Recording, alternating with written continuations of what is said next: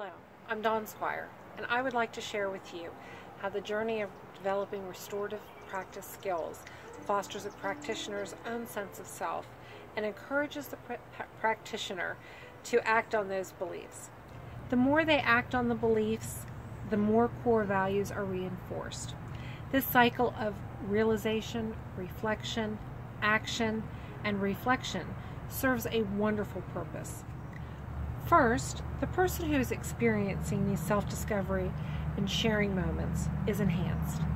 They understand a deeper sense of self and are able to act with authenticity.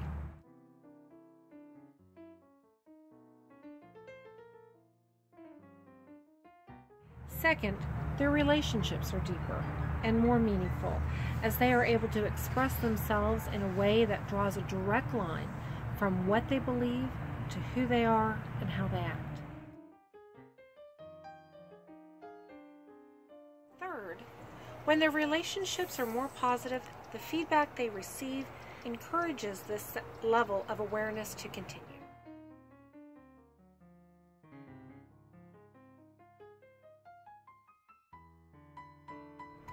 And for my purposes, in this presentation is the fourth point, and that is these elements are all reflected in the learning process for restorative practices. The added benefit of using the umbrella of restorative practices to support self-congruency and relationship development is the overall concept of restorative practices is also strengthened and ultimately sustained as we share the good news of our positive experiences.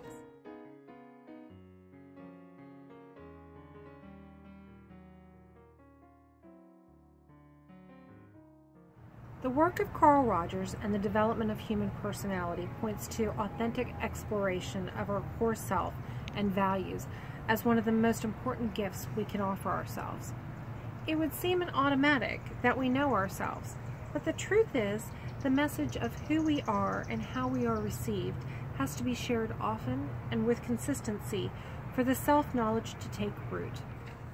In our current society, we have lost the overlapping communication from multiple societal sources. Many times there is a consistent message, but it comes from our educational community. That message is not positive or affirming. Restorative practices teaches with the first set of discovery questions. What happened? What was I thinking? Who has it impacted? How can I be responsible for healing if it was something negative? Or how can I embrace continuing if it was a positive situation? That I must be aware of the power of my own thoughts and actions. And embedded within the questions is the subtext, is what I think and believe is valuable simply by the fact someone is asking the questions and listening.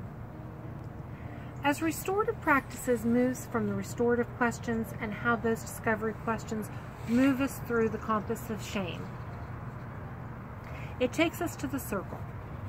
We move from our immediate self to entering into the impact we have on community. The circle becomes a safe space to explore self, bounce our perspective off of others, and offers a mirror of reflection into our words and actions. The restorative journey encourages participants to value their own thoughts and emotions as well as honor those that are shared with them. This practice of respectful and responsible sharing of emotion and needs has a natural overflow out of the circle and into the greater community of schoolyard, family, and extended community. Wholehearted and authentic sharing moves us from acknowledging our own needs and values to an intentional outward expression. This connection helps us to root how we see ourselves.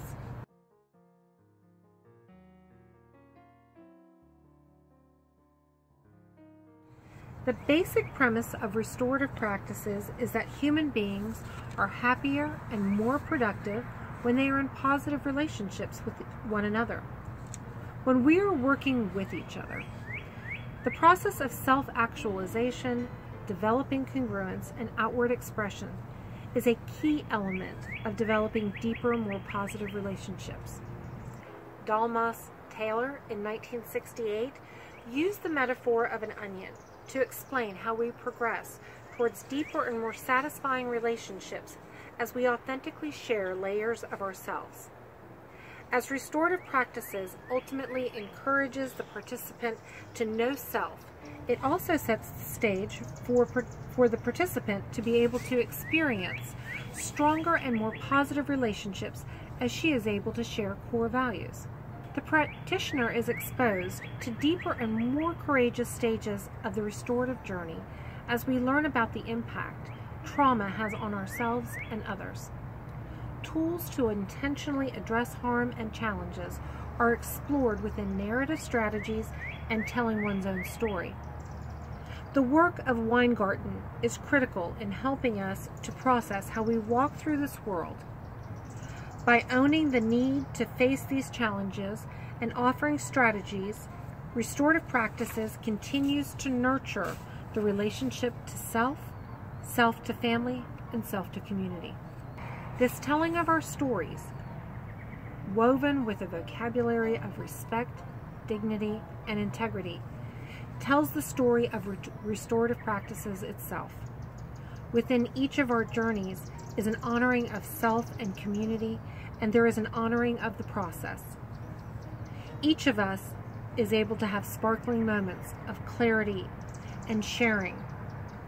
As we do this, the overall movement is strengthened and stretched. We see and know ourselves. We share ourselves.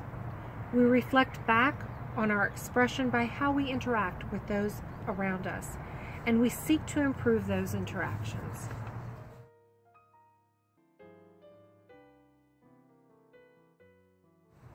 What stands out to me the most is the power of restorative practices to speak to anyone and everyone who seeks to develop a stronger relationship with themselves and with others. As I listen to the responses of a first grader. Hi, can you tell me your name? Cheyenne. And how old are you, Cheyenne? 7. What grade are you in? First. Well, thank you, Cheyenne, for talking with me today. I really appreciate it. Cheyenne, can you tell me about what it is like when you are in a circle in your class? You know, when Miss Bloss circles you guys up to talk. Can you tell me a little bit about that? We do. Usually we say good morning to each other, but now we didn't. Now we don't. What do you say? Hello, this is Cheyenne. And does she ask you questions when you're in a circle? Yeah. What kind of questions does she ask? Like, how are you? How are you? Okay. And how do you answer that? A nice way. Okay. Are there times that you don't feel so good and it's okay? Yes. If you're having a bad day, what might you answer when she asks, how are you? I'm not well. You're not well? And when you're not well, how does that make you feel? Sad. Okay. And when you're able to share that with Miss Bloss, how does that make you feel? Happy. Oh, why do you think that is? Because she's trying to make me better. How? How does she try to make you better? Saying kind things to me. Oh, okay. A classroom teacher. My name is Connie Campbell, and I currently teach 2nd grade at McKinley K-8. What I've learned about myself is that I really need to be open-minded when I'm listening to the students as they talk about their feelings, and be able to think more on their level and how they process. And so, have you seen a development of your own strengths as you've shared the circle process with them? Yes, I feel that I'm more calmer. I'm more able to stop and think because those are the same kind of qualities that I have to instill in them. So I'm able to do those same kind of techniques that we're doing with the kids. Absolutely. And have you seen them be able to then master those techniques a little bit better as you've been sharing with them? Absolutely. I've even seen certain students on the playground asking each other the same questions that we do here in our circle, which kind of just warms my heart. A principal. My name is Danielle Brown, and I'm a principal at McKinley K-8. I think my strength is seeing big picture, being able to strategize to get to solutions, whether it be within systems or with people. The theme behind both restorative practices, because I've done several trainings with that, and capturing kids' hearts that resonates with me, is making sure that you are at peace and at your center, because if you don't have that, you can't give it to anyone else. And I think that's something that we try to work on here at McKinley with every member of our community. I think that when we don't tell our story and we don't allow others to tell our story, they continue to be invisible. We have many students, teachers, family members who have been invisible because of systems, because of structures, because of our own perceptions and things that we've done to each other. But when we allow stories to be told from the I perspective, we give voice to people. It is clear from their expressions they connect to the concept of connection. They are proud of learning something about themselves, and they value the fact it has helped them to develop a better community, a community where they are a valued member. It is a privilege to watch and witness the power of restorative practices, and I am so humbled to be able to continue my story as this chapter is coming to a close. Thank you to my family, to my church, and to my school for allowing me this time to learn more about myself and become better at being in relationship in each of these circles.